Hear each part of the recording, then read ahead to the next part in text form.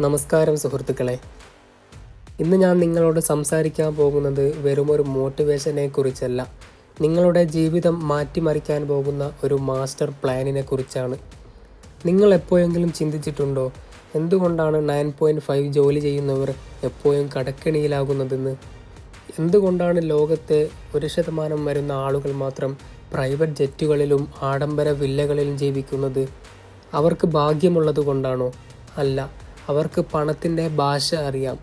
പണമില്ലാത്ത അവസ്ഥ ഒരു ശാപമായി കാണരുത്, അതൊരു താൽക്കാലികമായ അസുഖം മാത്രമാണ്.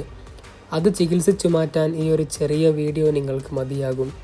Savings, investment, stock market, passive income, YouTube, അങ്ങനെ ലക്ഷറി ലൈഫിലേക്കുള്ള ഓരോ പടികളും ഇന്ന് ഞാൻ നിങ്ങൾക്ക് മുന്നിൽ തുറന്നു തരാം. വീഡിയോയുടെ അവസാനം വരെ കൂടെയുണ്ടെങ്കിൽ നിങ്ങളുടെ ജീവിതത്തിലെ അവസാനത്തെ ഫിനാൻഷ്യൽ വീഡിയോ ആയിരിക്കും ഇത്. നമുക്ക് തുടങ്ങാം. പണത്തിൻ്റെ മനഃശാസ്ത്രം, ദ സൈക്കോളജി ഓഫ് മണി. പണമുണ്ടാക്കുന്നതിന് മുൻപ് നിങ്ങൾ പണത്തെക്കുറിച്ചുള്ള ചിന്താഗതി മുഴുവൻ മാറ്റണം. പ്യുവർ മൈൻഡ് സെറ്റ്, ദാരിദ്ര്യമായ ചിന്താഗതി. പണം എല്ലാ തിന്മകളുടെയും വേരാണെന്ന് ചിന്തിക്കുന്നവർ ഒരിക്കലും പണക്കാരനാകില്ല. പണം അത് തിന്മയല്ല, അത് സ്വാതന്ത്ര്യമാണ്.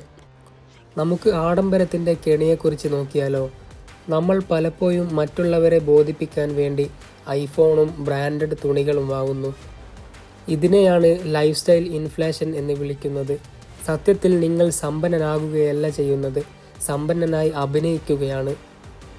നിങ്ങൾ വാങ്ങുന്ന സാധനം നിങ്ങളുടെ പോക്കറ്റിലേക്ക് പണം തരുന്നുണ്ടെങ്കിൽ അത് ആസ്തിയാണ്. പോക്കറ്റിൽ നിന്ന് പണം എടുക്കുന്നുണ്ടെങ്കിൽ അത് ബാധ്യതയാണ്.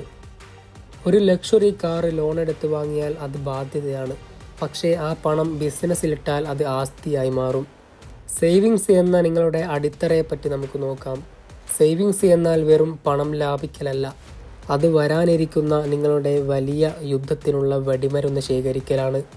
50% അത്യാവശ്യങ്ങൾക്കും, 30% ആഗ്രഹങ്ങൾക്കും, 20% നിക്ഷേപങ്ങൾക്കും. എമർജൻസി ഫണ്ട്, കുറഞ്ഞത് 6 മാസത്തെ നിങ്ങളുടെ ചിലവിനുള്ള പണം ബാങ്കിൽ ലിക്വിഡ് ക്യാഷായി ഉണ്ടായിരിക്കണം. ജോലി പോയാലും അസുഖം വന്നാലും നിങ്ങൾ തളരരുത്. ചെറിയ തുകകളുടെ കരുത്ത്.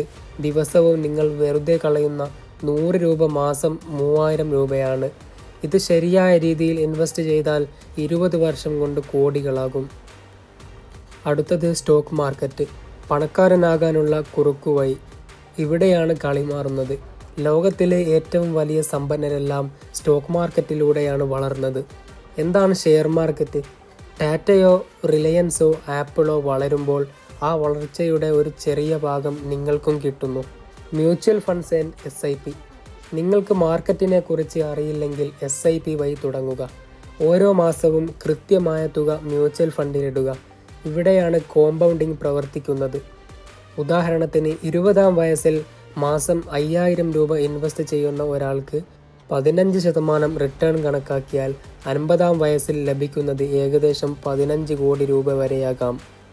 പണം ബാങ്കിലിട്ടാൽ അതിൻ്റെ ഇൻഫ്ലേഷൻ കാരണം അതിൻ്റെ മൂല്യം കുറയും.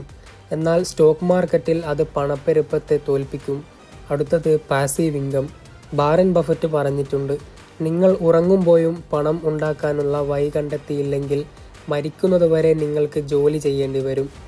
റിയൽ എസ്റ്റേറ്റ് ഭൂമി വാങ്ങുകയോ വാടകയ്ക്ക് കൊടുക്കാവുന്ന ബിൽഡിങ്ങുകൾ നിർമ്മിക്കുകയോ ചെയ്യുക. ഒരു കോഴ്സ് ഉണ്ടാക്കുകയോ ഒരു ഇ-ബുക്ക് എഴുതുകയോ ചെയ്താൽ അത് വർഷങ്ങളോളം നിങ്ങൾക്ക് ലാഭം തരും. അടുത്തത് യൂട്യൂബ് വെറും ഒരു ആപ്പല്ല, അതൊരു ബിസിനസ്സാണ്. നിങ്ങൾ ഒരു വീഡിയോ ഇട്ട് കഴിഞ്ഞാൽ നിങ്ങൾ ഉറങ്ങുമ്പോഴും ലോകത്തിൻ്റെ ഏതോ കോണിലിരുന്ന് അത് ആളുകൾ കാണുന്നുണ്ടാകും. അതിലൂടെ നിങ്ങൾക്ക് പരസ്യ വരുമാനം നിങ്ങളുടെ അക്കൗണ്ടിലേക്ക് വരും. അടുത്തത് അഫിലിയേറ്റ് മാർക്കറ്റിംഗ്. ആമസോണിലോ മറ്റോ ഉള്ള ഉൽപ്പന്നങ്ങൾ നിങ്ങളുടെ ലിങ്ക് വഴി വിറ്റാൽ നിങ്ങൾക്ക് കമ്മീഷൻ ലഭിക്കും. യൂട്യൂബും ഓൺലൈൻ ലോകവും. ഇന്നത്തെ കാലത്ത് പണമുണ്ടാക്കാൻ ഡിഗ്രിയല്ല വേണ്ടത്, സ്കില്ലാണ് വേണ്ടത്. നിങ്ങളുടെ ഹോബി എന്തുമാകട്ടെ, cooking, gaming, finance, entertainments, vlogs. നിങ്ങളൊരു ബ്രാൻഡായി മാറിയാൽ കമ്പനികൾ നിങ്ങളെ തേടി വരും. Freelancing, video editing, graphic design എന്നിവ പഠിച്ചാൽ ലോകത്തിൻ്റെ ഏത് ഭാഗത്തിരുന്നും ഡോളറിൽ സമ്പാദിക്കാം. അടുത്തത് ലക്ഷറി ലൈഫ്. നമ്മൾ ഇത്രയും കഷ്ടപ്പെടുന്നത് എന്തിനാണ്? ആഡംബരമായി ജീവിക്കാൻ തന്നെ. നിങ്ങളുടെ ഇൻവെസ്റ്റ്മെൻറ്റ് ലാഭം കൊണ്ട് കാർ വാങ്ങുക, അല്ലാതെ ശമ്പളം കൊണ്ട് EMI അടയ്ക്കരുത്. യാത്രകൾ ചെയ്യുക, ലോകം കാണുക. പണം നിങ്ങളെ സന്തോഷിപ്പിക്കില്ല എന്ന് പറയുന്നവർക്ക് പണം എങ്ങനെ ചിലവാക്കണം എന്നറിയില്ല എന്നതാണ് അർത്ഥം. സുഹൃത്തുക്കളെ, ഈ വീഡിയോ നിങ്ങൾ കണ്ടു തീർക്കുമ്പോൾ നിങ്ങളുടെ ഉള്ളിൽ ഒരു തീ ജ്വലിക്കണം. ആ തീയാണ് നിങ്ങളെ നാളെ കോടീശ്വരനാക്കാൻ പോകുന്നത്. ഓർക്കുക, ഇന്ന് നിങ്ങൾ എടുക്കുന്ന ഒരു ചെറിയ തീരുമാനം, അതൊരു 500 രൂപയുടെ സേവിങ്സ് ആണെങ്കിലും ഒരു പുതിയ സ്കില്ല് പഠിക്കാനുള്ള തീരുമാനമാണെങ്കിലും അതാണ് നിങ്ങളുടെ ഭാവി. നിങ്ങൾ ദരിദ്രനായി ജനിച്ചത് നിങ്ങളുടെ വിധിയാകാം, പക്ഷേ ദരിദ്രനായി മരിക്കുന്നത് നിങ്ങളുടെ മാത്രം തീരുമാനമാണ്. എഴുന്നേൽക്കൂ, നിങ്ങളുടെ ആഡംബര ജീവിതം നിങ്ങളെ കാത്തിരിക്കുന്നു. വീഡിയോ ഇഷ്ടപ്പെട്ടെങ്കിൽ ലൈക്ക് ചെയ്യുക. ലക്ഷ്യബോധമുള്ള നിങ്ങളുടെ സുഹൃത്തുക്കൾക്ക് ഇത് അയച്ചു കൊടുക്കുക.